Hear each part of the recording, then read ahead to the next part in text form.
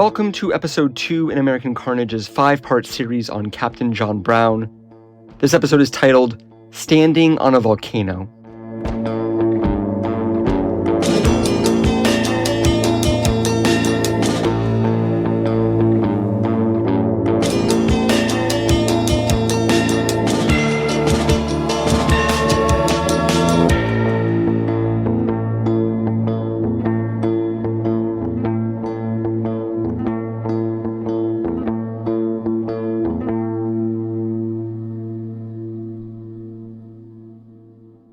In the year 1913, more than 50 years after everything that happens in this story is over, after almost everyone who is part of this story is dead, a writer is going to publish a roughly 400-page book devoted entirely, without exaggeration, to tearing down the role that John Brown plays in the conflict we're going to be talking about here today.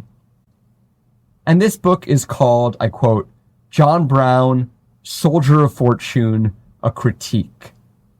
And reading through it, you get the sense that the writer was personally and grievously wronged by John Brown. Like, John Brown must have had sex with this guy's wife or something, because the level of invective against Brown that this guy has is just so intense and so acidic. Right? Even the title, Soldier of Fortune, is intended to pierce through the idea that Brown was this idealistic fighter driven by high-minded ideals about racial harmony. This writer wants you to instead believe that Brown is essentially a common criminal, one who used the chaos of the 1850s to essentially try to commit all kinds of violence and do terrible things and steal things. After the events in Harper's Ferry, some of the nation's leading intellectuals, like Ralph Waldo Emerson and Henry David Thoreau, will defend Brown's actions and really exalt him and talk about the sort of moral fortitude and clarity that Brown has. Emerson, right, will say that Brown being executed will make the gallows holy like the cross, and sort of implicitly comparing him to Jesus. And that kind of thing just makes the writer of this book, a guy by the name of Hill Peebles Wilson, it makes him just absolutely livid. Let me just read to you a fairly typical section I picked from this book.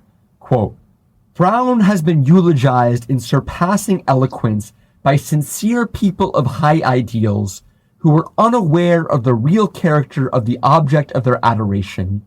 They were not informed concerning the criminal life which he had lived, or of the shockingly brutal crimes which he committed. Neither did they understand that in his final undertaking, he sought to involve a section of our fair land in a carnival of rape and bloodshed, end quote. You hear that section above, and your first reaction is probably something like mine, which is, wait, this guy had to have been a Southern slaveholder who was upset that Brown tried liberating the slaves and destabilizing the slave system, right? Like, that's got to be the kind of person who writes that passage. And yet, in fact, that book was instead produced by people who were at least ostensibly not slaveholders, but in fact on Brown's side. People who also swore that slavery was fundamentally evil and wicked. The writing and research of this book will in fact be entirely financed by someone who, at least in theory, is on Brown's side throughout the conflict in Kansas that's going to be the subject of today's episode. In fact, for a very long time, that person who financed this book is regarded as great as an anti-slavery figure, perhaps, as Brown is. I mean, at least through much of the 1850s, she will be much better known than Brown is. And I have to say, while I find this super interesting and counterintuitive in some ways, it also feels surprisingly contemporary, and it resonates with me in this weird way. Like, if you told me that Bernie Sanders' son financed a documentary attacking Hillary Clinton's legacy, and that documentary would not be released until like the year 2072, I would say like that's a little weird, but I would also say that I could 100% believe it. Maybe a historian looking back at that documentary in the year 2230 or whatever would say, hey, weren't both Hillary Clinton and Bernie Sanders essentially on the same side of trying to stop Donald Trump, right? But my point here is, of course, sometimes this is how it goes. Sometimes the invective that goes back and forth between people on the same side, ostensibly, of a much bigger conflict, that internal conflict can be much more heated, much more personal, and much more intense in some ways than the conflict that people on the same side direct across the aisle, so to speak. And I start here because, well, I think, and I'm so interested in the conflict we're going to talk about between the pro-slavery and the anti-slavery side, this conflict that I think, without exaggeration, is fundamental to understanding the trajectory of the U.S. and the abolition of slavery eventually.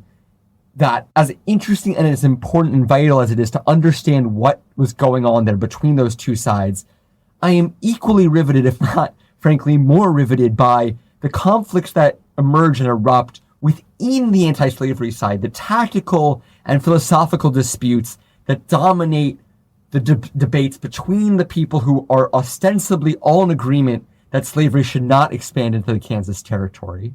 And just to set the stage here, I want you to imagine that, like, I'm walking over to the magic election board that John King likes to play with on CNN during election nights. And imagine that I'm pointing at this map, right? And I'm showing you that there's roughly 17 northern states and 11 southern states, and the year is like 1836. And now I want you to imagine, the 19th century version of John King or Steve Kornacki. Maybe it's like Steve Kornacki with mutton chops and a top hat. And this 19th century Steve Kornacki points to a big gray unmarked part of the map where Texas is. And then he touches Texas, and suddenly it lights up the same color as the 11 southern states south of Kentucky and Maryland. And that's because in 1848, President James K. Polk is going to declare war on Mexico, really at the prodding of Southern slaveholders. That's maybe a topic for another American Carnage. But when the U.S. wins this war very easily and very quickly, it will essentially double the amount of land available for slavery and for slavery's expansion.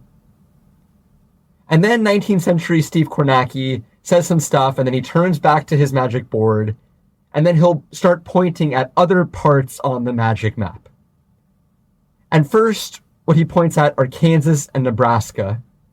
And then he points at what are now Arizona and New Mexico. And then he starts pointing at stuff that's way outside the map of the United States.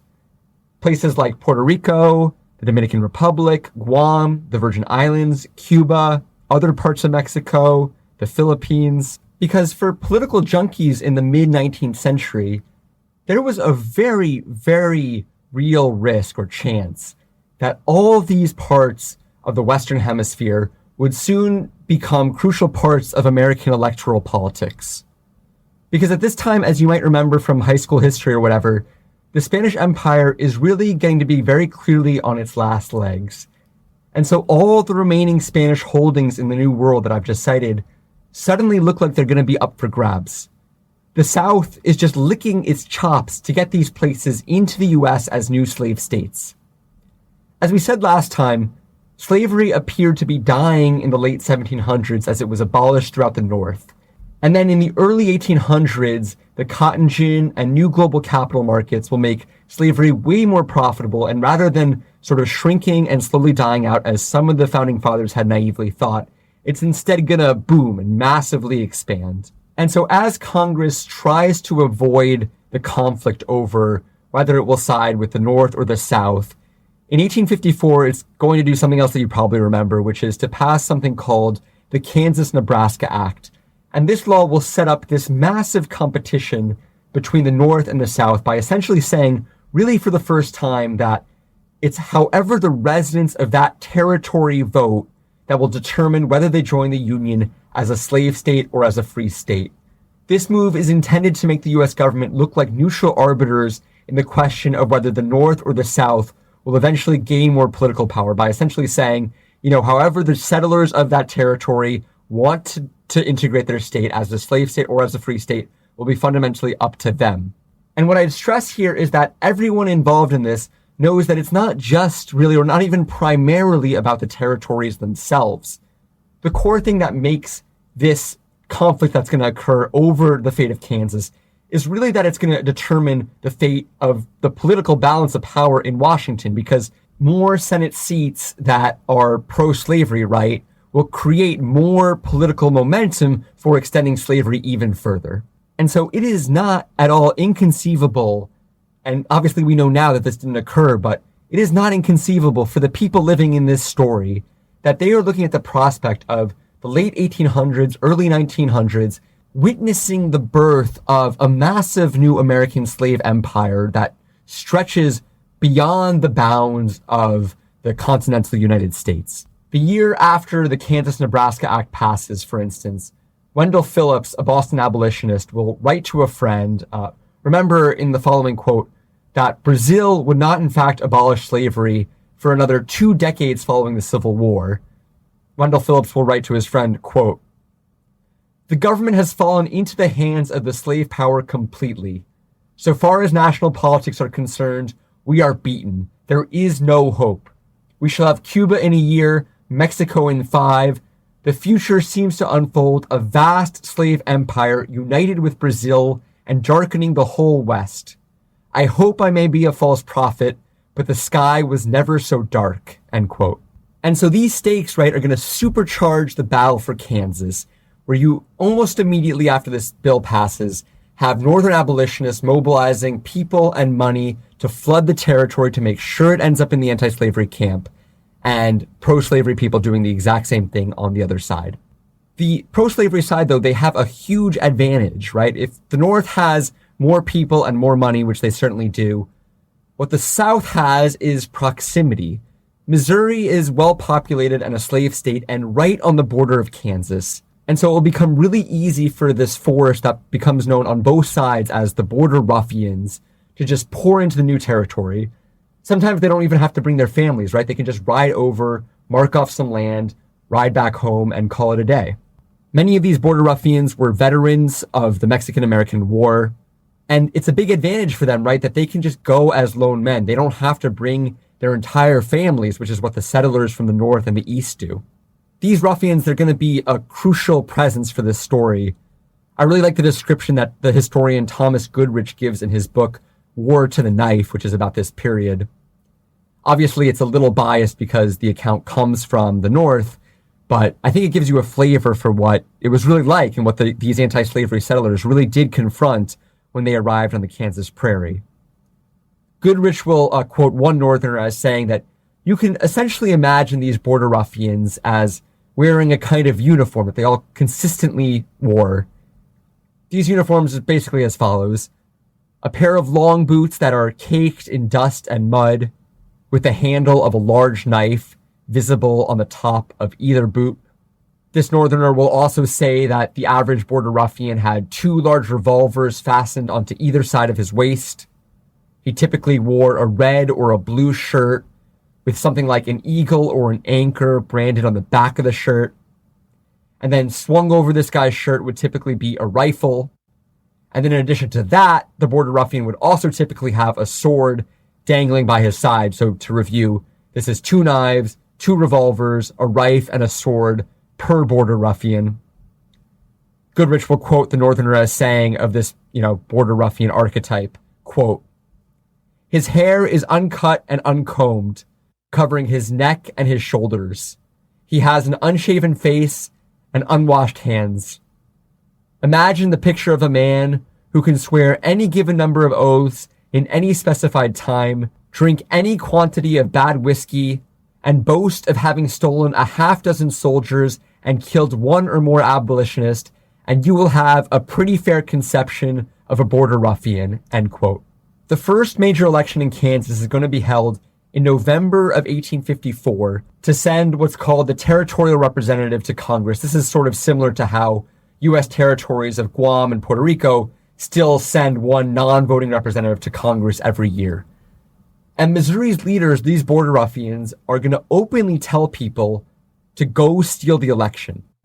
That is not exaggeration. The following quote comes from Benjamin Frank Stringfellow. Stringfellow is going to be one of the key border ruffian leaders, but he also, right before this event, will have been the Attorney General of Missouri, meaning he was the top cop, the top law enforcement official for the state of Missouri.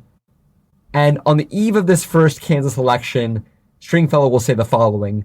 By the way, in the following quote, the term free soilism refers to the political movement opposed to the extension of slavery into the territories. This is sort of the more moderate cousin of abolitionism. Anyway, Stringfellow will say, quote, I tell you to mark every scoundrel among you who is the least tainted with abolitionism or free soilism and exterminate him. Neither give nor take quarter from the rascals. To those who have qualms of conscience as to violating laws, state or national, say, the time has come when such impositions must be disregarded as your rights and your property are in danger. I advise you, one and all, to enter every election district in Kansas and vote at the point of the Bowie knife and the revolver. End quote. On election day, armed ruffians camp out in front of the polls, getting drunk and harassing anybody that they believe to be Yankees or abolitionists. They threaten to hang one of the judges who appear sympathetic to the Free State cause. Unsurprisingly, the pro-slavery candidate is going to win the first vote in a huge landslide. He gets something like 2,200 votes to 500 for the other candidate. A federal commission that is later sent to investigate this will determine that as many as 60% of all ballots was illegally cast from the state of Missouri. A few months later, in March 1855, the territory will hold a second election. This one is for the territorial legislature. This one is much more important because whoever wins this race will actually get to write the laws that govern the territory, including whether they apply to join the Union as a slave state or as a free state. Again, there is massive amounts of voter fraud. The pro-slavery candidate will win like 37 of 39 seats. There's only like 2,000 eligible voters in the entire territory. The pro-slavery candidate will still win by a margin of several thousand votes. The elected legislators, and you have to imagine me using air quotes around the term elected, they will soon meet in the town of Pawnee. This is a pivotal moment, and the Northern press will call this pro-slavery legislature, they'll refer to it as the bogus legislature. The bogus legislature is about as bad as you could imagine from the Free State perspective. Not only does it meet despite its totally illegitimate origins, it acts as if it has a complete mandate of the people. The first thing they'll do is to unseat the 2 anti-slavery representatives elected by the Free State settlers. They then pass a series of draconian laws. Let me just read some of them to you. In Kansas, the penalty for assisting, aiding, or persuading a slave to obtain his freedom becomes grand larceny, punishable by death. The penalty for concealing or harboring a runaway slave becomes no less than 5 years hard labor. The penalty for enticing or carrying away a slave becomes 10 years imprisonment or death. Denying the right to hold slaves in Kansas, the act of simply voicing anti-slavery opinions out loud, that becomes a felony, also punishable by up to 5 years of hard labor. That Missouri Attorney General I was telling you about, Benjamin Stringfellow, he is unsurprisingly ecstatic. He will write a letter to a Southern newspaper that says, quote, "We have now passed laws more efficient to protect slave property than any state in the Union. These laws have just taken effect and have already silenced abolitionists," end quote. Shortly after John Brown arrives in the territory in the winter of 1855, the Kansas Free Staters get together in the anti-slavery stronghold of Topeka, Kansas. This is really going to be the first response to the bogus legislature. And they begin to draft their own constitution. This will be called the Topeka Constitution. John Brown Jr., Brown's oldest son, will attend the proceedings and is quickly appointed to a top position. The Topeka Constitution is the mirror image, right, of the pro-slavery bogus legislature. This constitution will declare Kansas to be a free territory. It bans slavery. It bans the importation of slaves. They elect their own governor, and they make a point of allowing free expression. And really, this is fast becoming an enormous problem for the politicians back in Washington, right? There's actually a letter that the territorial governor of Kansas, this is sort of the temporary leader of Kansas that was appointed by the White House, by the president, to oversee the territory while it's figuring out its own government. This territorial governor, his name is Governor Shannon. He will write the president, who at the time is Franklin Pierce, and Shannon will say, hey, we have a real big problem on our hands here. Pierce's cabinet, President Pierce's cabinet, is filled with Southerners and future Confederates. Jefferson Davis, for instance, of course, later the president of the Confederacy, Davis is Franklin Pierce's Secretary of War, and he is known to wield tremendous influence over Pierce. So Pierce is going to be reluctant to do anything to dramatically antagonize the pro-slavery side of this conflict. But he does have this real problem as well. He has two governors, two constitutions, and two sets of laws sharing one territory. And now, to make things more volatile, weapons are beginning to stream in on both sides. Pierce will later write that only the death of his 11-year-old son in a horrific train accident would prove more vexing to him during his time as president than the Kansas crisis. Governor Shannon will in fact write in this letter to Pierce, quote, "It is vain to conceal the fact. We are standing on a volcano, the upheavings and agitations beneath we feel, and that no one can tell the hour when an eruption might take place," end quote. Because now we get again to the part of the story I find in some ways the most interesting, which is if you're an anti-slavery settler here, what is the right course of action to do? What do you do to confront the government when the election has been so blatantly rigged and stolen? Because huge differences among them will quickly emerge. I mean, you have guys like Charles Robinson. Robinson is going to be elected as the governor of the anti-slavery Topeka legislature. Robinson is from New England. His background really is not like Brown's. He studied medicine at Amherst College and is tied to wealthy abolitionists in Boston. Like Brown, Robinson is for the full equality of black people, but unlike Brown, he is not going to be the guy who will lead the fight on the ground. And I'm massively oversimplifying here, so forgive me, but Robinson's goal is essentially that he desperately wants to keep the U.S. government on the side as much as possible of the Free Staters. It's really a play for public opinion. He wants to resist the pro-slavery border ruffians and the bogus legislature's totally fabricated elections. Like, he does join the Topeka legislature and leads it, in fact, but he looks at what Brown will want to do and say that that is counterproductive, that Brown's proposals are, crazy and erratic and will drive Congress and the president away from the anti-slavery side and into the arms of the pro-slavery bogus legislature. And then, of course, you have people like Brown and his supporters who are saying that the attempt to manage a kind of peace with and alongside the pro-slavery border ruffians is very naive and neglects to understand truly the danger of the threat that they pose.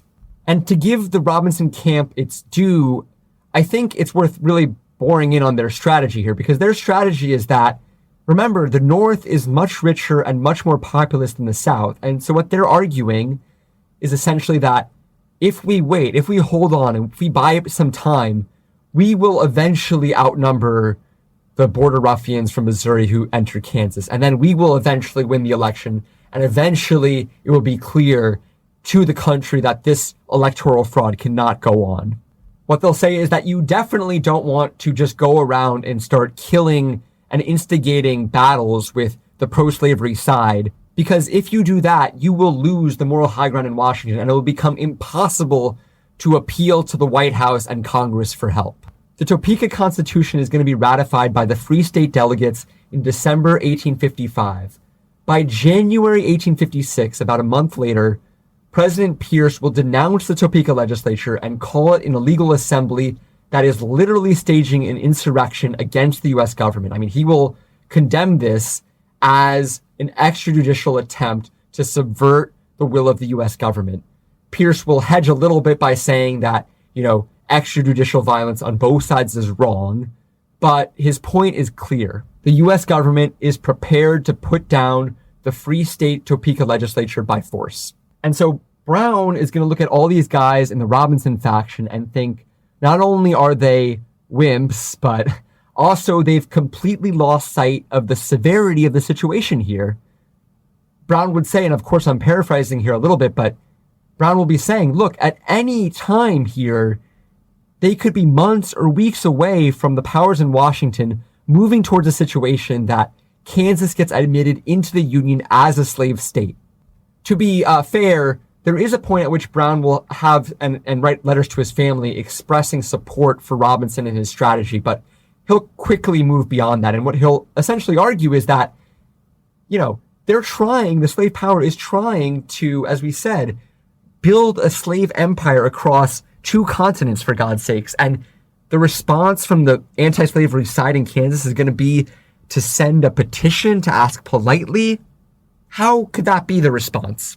And again, this is a very combustible situation here in Kansas because, right, you have 2 sets of laws. The Missouri Board of Ruffians believe that the bogus legislature, they don't call it that, but that the bogus legislature, that their laws have force throughout the Kansas territory. And so when anything goes wrong, they think they have the right to enforce those laws. W.E.B. Du Bois, in his biography of Brown, will summarize the approach of free state leaders like Robinson and General Lane, who we'll talk about in a little bit. These are the 2 main elected leaders from the Topeka legislature. Du Bois writes, summarizing this sort of more moderate, I think it's fair to say, moderate approach to confronting the bogus legislature. Quote, "A peace program was therefore laid down. They would ignore the patent fraud and organize a state and appeal to Congress and the nation. The pro-slavery party, however, was quick to see the weakness of this program, and they took the first opportunity to force the free state men into collision with the authorities," end quote. There's going to be a murder around this time that will really prove Du Bois' point. An anti-slavery settler will be walking home when he's confronted by a pro-slavery settler who is claiming that he owns the same plot of land that the anti-slavery settler is already claiming as his own. And at that point, the pro-slavery man will shoot and kill the anti-slavery man with a shotgun. The body of this anti-slavery guy will be left to rot along the road for hours. And then, amazingly, the pro-slavery sheriff, this guy, a border ruffian by the name of Sheriff Jones, who very much sort of fits the archetype of the border ruffian we've been discussing, Jones will then, instead of arresting the pro-slavery settler who shot the anti-slavery guy, he will then instead arrest the witness to the killing and makes clear that he has no plans to do anything about the guy who committed the murder. And when word of this gets out, a bunch of the free state settlers behind the Topeka legislature, they'll get together and they'll stage this very daring ambush of Sheriff Jones and secure the release of this anti-slavery witness, and they set him free. And so now what started, right, as this little land dispute is now threatening to engulf, this whole region in a conflict that implicates the power of the U.S. government. Because what's really at stake here, right, is who is in charge of this territory? Who has the power to enforce the law? The free state settlers who broke this guy out, they'll fall back to the free state stronghold of Lawrence, this town of Lawrence. And in response, Sheriff Jones, who made this arrest that was then broken up, Jones will then march on Lawrence with 1,500 border ruffians following him. John Brown will get word of this force that's moving on Lawrence. He and his sons have settled in the town of Osawatomie. They set up something called Brown Station. This does not sound like a fun place to have lived. Brown and his sons are essentially living in tents. It's freezing this winter. The temperatures routinely drop below 10 degrees. They don't have enough food, and to make matters worse, Brown's family is stricken by malaria. Several of his sons will not be able to make the journey that Brown's about to make. Brown and about 7 of his men will race to the town of Lawrence. When they get there, the border ruffians have already been besieging the town for about 2 weeks. The anti-slavery side here is terribly outnumbered and outgunned. As I said, the border ruffians have something like 1,500 men. The anti-slavery side has maybe a third of that number, depending on which historian you want to read. When Brown arrives, he's put in charge of a small company of men, and then he spends the next 2 days coming up with this audacious, maybe insane plan, Brown will go around the town of Lawrence trying to convince the other anti-slavery men that all they need to do is place like about a dozen guys at different parts along the line of the Missouri Ruffians. According to Brown's plan, these 10 men or so will fire simultaneously in the middle of the night at the ruffians. And then again, according to this wacky plan Brown has, what will happen then is that the ruffians will be so frightened that they'll immediately scatter and run away. And as Brown is trying to spread this plan and convince his fellow anti-slavery men of the merits of it, what's going on is that the Free State leaders, joined by Governor Shannon, are desperately trying to negotiate some form of a truce. Governor Robinson is joined by James Lane. He's the military leader of the Free State faction. Lane actually gives Brown his first commission, and they will be working, Lane and Wilson, with the president's emissary and the pro-slavery border ruffians in these sort of around-the-clock negotiations to prevent this, bloody massacre from breaking out. And as the anti-slavery men in this town of Lawrence are fortifying their ramparts, suddenly Shannon, Lane, and Robinson, these three officials, will ride back into the town of Lawrence and announce that the anti-slavery men need to stand down and drop their weapons. Just to give you a sense of the scene here, Shannon, Lane, and Robinson will go outside of the biggest building in Lawrence. This is a location known as the Free State Hotel. I think you can kind of imagine like a large wooden structure of the kind you would see in a Western movie.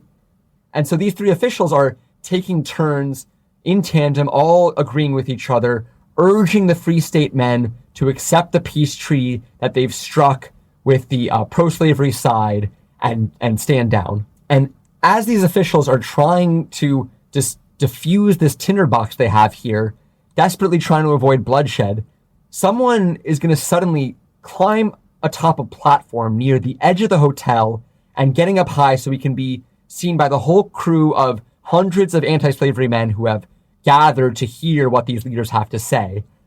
And of course, the anti-slavery man who's climbing this platform is in fact John Brown. From this little platform, Brown will berate the governors Shannon and Robinson and the military leader Lane for cutting this deal with the pro-slavery side. Lane, remember, had just made Brown an officer in his army, and now, literally, less than 2 days later, Brown is publicly berating his superior officer in front of this huge crowd.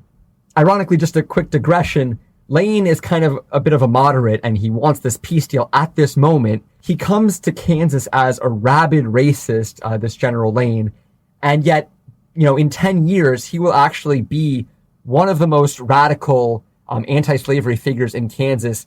He will actually call for black people to ultimately take over the plantations after the Civil War.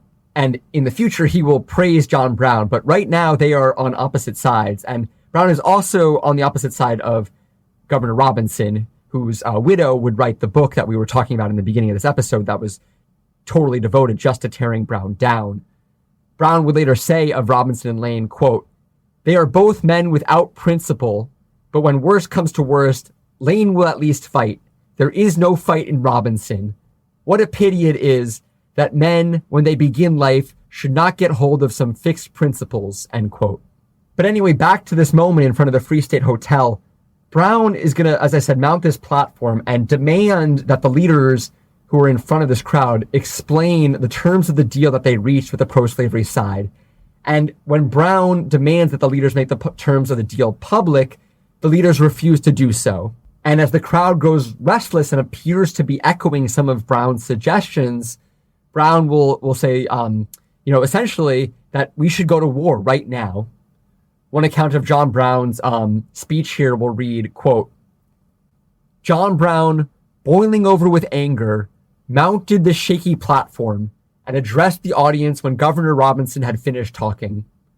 Brown declared that Lawrence had been betrayed and told his hearers that they should make a night attack upon the pro-slavery forces and drive them from the territory. I am an abolitionist," he said, "dyed in the wool." And then Brown offered to be one of 10 men to make a night attack upon the border ruffian camp. Armed and with lanterns, his plan was to string his men along the camp far apart. At the given signal, in the early morning hours, they were to shout and fire on the slumbering enemy, end quote. Brown will also say, quote, "What are 5-to-1 odds when our men would be fighting for their wives, their children, their homes, and their liberties against a party lured on by whiskey and bacon," end quote. After this little speech, which really begins to grow Brown's reputation, although that will really explode in the next episode, as we'll talk about. After his speech, Brown is cajoled by the Free State leaders into submitting, into agreeing not to pursue this, 10-person invasion of a force 100 times bigger than it. But very quickly after the anti-slavery men agree to scatter, the terms of the peace deal that's reached, at least from Brown's perspective, very quickly vindicate his suspicion of cutting a deal with the pro-slavery border ruffians. After this event in the winter of 1856, throughout the spring of 1856, a bloodbath is going to engulf the territory of Kansas, directed and carried out by the Missouri border ruffians. That winter, there's going to be another election, this time for Attorney General. A few Free State men are going to be brave enough to try to defend the polling station.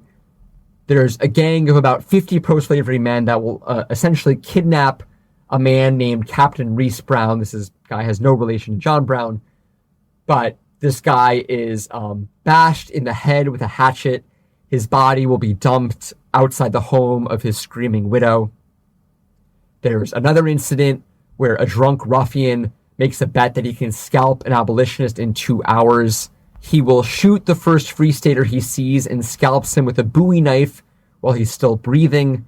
This guy will win $6 for this bet. And then when the anti-slavery leaders cry foul for these and other abuses, Sheriff Jones, the one we've been talking about, of the pro-slavery camp, will go to a border ruffian judge and get him to issue warrants for the arrest of the anti-slavery leaders. And amazingly, you got to think John Brown, at least at some level, loved the delicious irony of this from his perspective. These warrants will include the arrests of Governor Charles Robinson and the General James Lane, the leader of the Free State Militia. And so on May 21st, 1856, close to 1,000 border ruffians will again get together and they'll march yet again on the town of Lawrence. They are led again by Sheriff Jones, and they ride under flags of southern states. They wave banners, some of which will proclaim, quote, "the supremacy of the white race." The pro-slavery men seal off the town. They round up citizens and demand that they give up their guns. They then move methodically from house to house, looting and pillaging everything they can get their hands on in this Free State town of Lawrence. They will destroy the anti-slavery newspapers, smash the printing presses, and then throw their lead type into the Kansas River. Jones orders the bombardment of the Free State Hotel. Again, this is the main fortification in the town and the makeshift headquarters of the anti-slavery faction. But his men are too drunk to use the cannon effectively, and their shots sail clean over the building. Jones will instead order his men to just torch the hotel. The ruffians then ride over to Governor Robinson's house. They burn it to the ground. The Free State leaders who had chastised Brown are then themselves rounded up. Governor Robinson is arrested on charges of treason. He will remain in enemy custody for more than a year. General Lane, again, who is one of the main authors of the Topeka Constitution, he will also be arrested and taken into custody. Remember that these are the guys who were just urging John Brown to stand down and trust that it could be possible to reach a deal with the pro-slavery side. This event is going to be known as the Sacking of Lawrence. With the city in flames, Sheriff Jones will tell his militiamen, quote, "This is the happiest moment of my life. I determined to make the fanatics bow before me in the dust and kiss the territorial laws. I have done it. I have done it," end quote. When John Brown hears the news of the sacking of Lawrence, He and his men will then race to the town. But by the time they get there, they're far too late. Lawrence has already been destroyed. And again, not a single Free State leader has so much as fired a single shot in its defense. One of Brown's lieutenants will urge caution, to which Brown will respond, quote, "Caution, caution, sir. I am eternally tired of hearing that word. It is nothing but the word of cowardice," end quote. Brown will reason that peaceful resistance has failed. The abolitionists have written letters. They have begged Congress for help. They have promised the ruffians that they'll submit. The territorial government, the U.S. Congress, the President of the United States, all of these entities that have actual power have made it clear that they are uninterested in intervening to ensure democratic action can occur. Remember the stakes here. Kansas is on the march really any day now to join the U.S. as a slave state.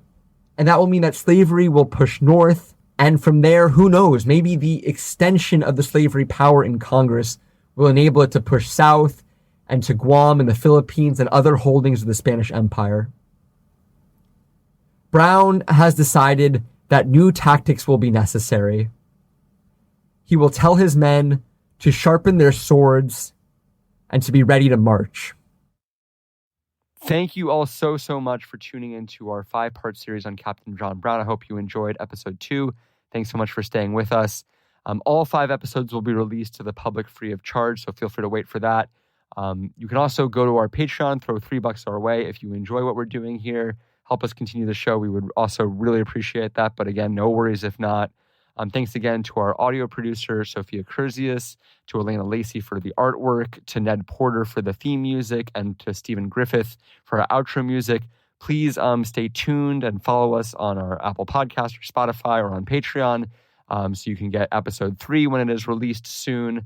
Episode 3 will cover the most controversial single action in John Brown's entire life, and one that will change, I think it's fair to say, the course of American history. You're not going to want to miss it. Thanks again, and we'll see you next time. John Brown's body lies a-mouldering in the grave. John Brown's body lies a-mouldering in the grave. John Brown's body lies a-mouldering in the grave. His soul is marching on. Glory, glory, hallelujah. Glory, glory, hallelujah. Glory, glory, hallelujah. His soul is marching on. He's gone to be a soldier in the army of the Lord.